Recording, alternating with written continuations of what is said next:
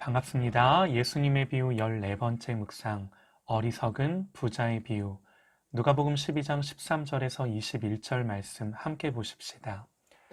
무리 중에 한 사람이 이르되 선생님, 내 형을 명하여 유산을 나와 나누게 하소서 하니, 이르시되 이 사람아, 누가 나를 너희의 재판장이나 물건 나누는 자로 세웠느냐 하시고, 그들에게 이르시되 삼가 모든 탐심을 물리치라. 사람의 생명이 그 소유의 넉넉한 데 있지 아니하니라 하시고, 또 비유로 그들에게 말하여 이르시되 한 부자가 그 밭에 소출이 풍성하매 심중에 생각하여 이르되 내가 곡식 쌓아둘 곳이 없으니 어찌할까 하고, 또 이르되 내가 이렇게 하리라. 내 곡간을 헐고 더 크게 짓고 내 모든 곡식과 물건을 거기 쌓아두리라. 또 내가 내 영혼에게 이르되 영혼아, 여러 해 쓸 물건을 많이 쌓아두었으니 평안히 쉬고 먹고 마시고 즐거워하자 하리라 하되, 하나님은 이르시되 어리석은 자여, 오늘 밤에 내 영혼을 도로 찾으리니 그러면 내 준비한 것이 누구의 것이 되겠느냐 하셨으니, 자기를 위하여 재물을 쌓아두고 하나님께 대하여 부여하지 못한 자가 이와 같으니라. 아멘. 사람들은 모두 자기 문제를 해결하기 원합니다. 우리의 문제가 해결되기를 원하는 것은 결코 수준이 낮거나 잘못된 것이 아닙니다. 우리는 우리의 문제를 두고 당연히 기도해야 하고요.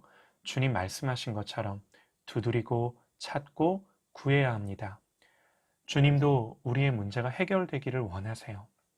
그러나 분명한 것은 주님은 그보다는 더 본질적이고 중요한 영적인 문제에 관심을 갖고 계십니다. 당연히 우리의 문제가 해결되는 것보다 더 큰 그림을 갖고 계신 거죠. 예를 들어 볼게요.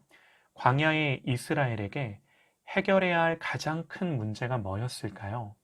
먹을 것과 마실 것이었습니다. 그런데 한번 생각해 보세요. 먹을 걸 제대로 챙겨 나오지도 못할 만큼 급하게 쫓겨나듯 애굽을 나오게 하신 분이 하나님이세요. 또 먹을 것도 마실 것도 없는 광야로 이끄신 분도 하나님이십니다. 그러니까 이 문제의 배후에 하나님의 주권과 섭리가 있음을 우리는 분명히 알아야 하는 거죠. 우리에게 있는 모든 문제는 설령 나의 죄 때문일지라도 하나님의 허락하심 하에 나의 인생 속에 놓여진 것들입니다. 그러므로 문제 자체가 해결되는 것보다 더 중요한 건요, 하나님의 큰 그림을 보는 겁니다. 하나님의 뜻이 나에게 이루어지는 겁니다. 그래서 주님은 우리가 정말로 구해야 할 것들을 말씀하세요. 먼저 하나님 나라와 의를 구해라. 우리는 당장 내 피부에 와닿는 문제를 해결하기 원하지만 하나님은 그 문제보다 더 중요한 것을 우리가 깨닫기를 원하시는 거죠. 그래서 하나님 앞에서는 언제나 영적인 문제가 먼저 돌파되고 해결돼야 하는 겁니다. 주님이 오늘 비유를 말씀하시게 된 배경을 보면 예수님 많이 허탈하셨겠다 싶은 게요. 예수님이 많은 무리들 앞에서 말씀을 가르치세요. 주님의 말씀을 자세히 살펴보면 정말 영적인 주제들입니다. 12장 5절 말씀을 보면 우리가 죽은 후에 우리를 지옥에 던져놓는 권세 있는 그를 두려워하라 그러세요. 우리가 정말 두려워하고 경외해야 할 하나님을 바라보며 하나님 앞에서 살아야 함을 말씀하시는 거죠. 또 6절에 참새 5마리가 두 아사리온에 팔리는 것이 아니냐. 그러나 하나님 앞에는 그 하나도 잊어버린 바 되지 아니하는도다. 하나님의 섭리와 주권으로 참새도 다스리고 계심을 말씀합니다. 또 8절에는 누구든지 사람 앞에서 나를 시인하면 인자도 하나님의 사자들 앞에서 그를 시인할 것이요. 하나님을 자랑하고 인정하고 드러내고 주님을 전하는 삶을 살 것을 말씀하십니다. 이 귀한 진리의 말씀들을 가르치는 중이셨어요. 그런데 그 말씀을 하던 중에 예수님 말씀이 다 마무리됐다는 느낌도 안 듭니다. 그 말씀 중간에 한 사람이 끼어들며 말하는 거죠. 무리 중에 한 사람이 이르되 선생님, 내 형을 명하여 유산을 나와 나누게 하소서 하니, 이게 갑자기 무슨 일인가요? 주님의 마음이 어떠셨을까요? 지금 열정을 다해 정말 중요한 것들이 뭔지, 너희들이 무엇을 추구하며 어떤 핵심을 붙들고 우리의 인생을 살 건지, 이런 말씀들을 선포하시는데 갑자기 우리 형한테 유산 좀 나누라고 말해주세요. 여러분, 예수님이 이거 해결해 주시는 분인가요? 주님 말씀하십니다. 이 사람아, 누가 나를 너희의 재판장이나 물건 나누는 자로 세웠느냐? 주님을 그저 우리의 필요를 위해 바라보는 것은 너무나 큰 불행이죠. 예수님 하나님이세요. 더 심각한 건요, 주님의 그 중요한 말씀을 듣는 내내 이 사람의 머릿속에는 그 진리들이 들리는 것이 아니라 여전히 자기의 관심, 자기의 문제에만 집중하는 거죠. 주님의 말씀이 들리지 않습니다. 사랑하는 여러분, 우리의 필요나 요구보다 주님의 말씀이 먼저 들리는 저와 여러분 되시기를 소망합니다. 내 요구가 아니라 나를 향한 하나님의 요구가 먼저 들리실 수 있기를 간절히 원합니다. 예수님 이 사람에게 비유를 말씀하세요. 어리석은 부자 이야기를 하십니다. 어떤 부자가 농사를 지어 곡식을 거뒀는데 쌓을 곳이 없을 만큼 풍성이 거둡니다. 그래서 생각하는 거죠. 곡간을 더 크게 지어야겠다. 여러분, 이 사람 재테크 잘하려고 하는 거죠. 노후 대책 세우는 겁니다. 미래를 준비하는 거죠. 그런데 하나님 뭐라고 그러세요? 어리석은 자여, 오늘 밤에 내 영혼을 도로 찾으리니. 여러분, 오해는 하지 마세요. 곡간을 짓고 풍성한 소출을 잘 저축하는 것이 나쁜 건가요? 그렇지 않습니다. 요셉이 풍년의 때에 흉년의 때를 준비했습니다. 잘한 거죠. 우리가 이 땅을 살아갈 때에 농사도 져야 하고 곡식도 필요하고 곡간도 필요합니다. 지혜롭게 계획도 세우고 저축도 하며 준비도 필요한 거죠. 그런데 하나님은 왜 이 부자를 어리석다 그러나요? 이 사람이 곡식을 쌓아두며 하는 말을 다시 한번 들어보시죠. 내가 내 영혼에게 이르되 영혼아, 여러 해 쓸 물건을 많이 쌓아두었으니 평안히 쉬고 먹고 마시고 즐거워하자 하리라 하되, 영혼에게 이르되 영혼아, 여러 해 쓸 물건을 쌓아두었으니 평안히 쉬고 먹고 마시고 즐거워하고. 육체를 위해서야 이렇게 하면 되겠죠. 그러나 영혼을 생각한다면 이렇게 말할 수 없는 겁니다. 하나님 오늘 밤 내 영혼을 도로 찾으리니. 여러분, 이것이 우리의 영혼이에요. 이 사람 농사도 잘 짓고 수확한 곡식도 다 수용할 수 없을 것을 미리 내다보고 곡간도 미리 넓히고 내일을 준비합니다. 똑똑합니다. 그런데 가장 중요한 준비, 자기 영혼을 찾으시는 하나님 앞에서는 준비하지 못했고 이 땅의 삶은 부요했을지 모르나 영원의 삶을 위해서는 가난한 거죠. 주님은 이 부자에게 자기를 위하여 재물을 쌓아두고 하나님께 대하여 부요하지 못한 자다 그럽니다. 이 표현을 주목하십시다. 자기를 위하여 재물을 쌓아두고. 무슨 말인가요? 재물은 자기로부터 온 것이고 그러니까 자기 거고 따라서 자기를 위해 써야 한다 생각합니다. 그러나 틀렸습니다. 성경은 재물은 하나님 주신 거고 그러므로 내 것이 아니라 하나님 거고 따라서 하나님의 뜻대로 잘 관리하고 사용해야 함을 말씀합니다. 여러분, 이런 말씀을 좀 드릴게요. 우리가 1년을 내다보고 지금을 살면 참 지혜로운 사람일 겁니다. 우리가 5년을 내다보고 지금을 살면 더 지혜로운 사람일 겁니다.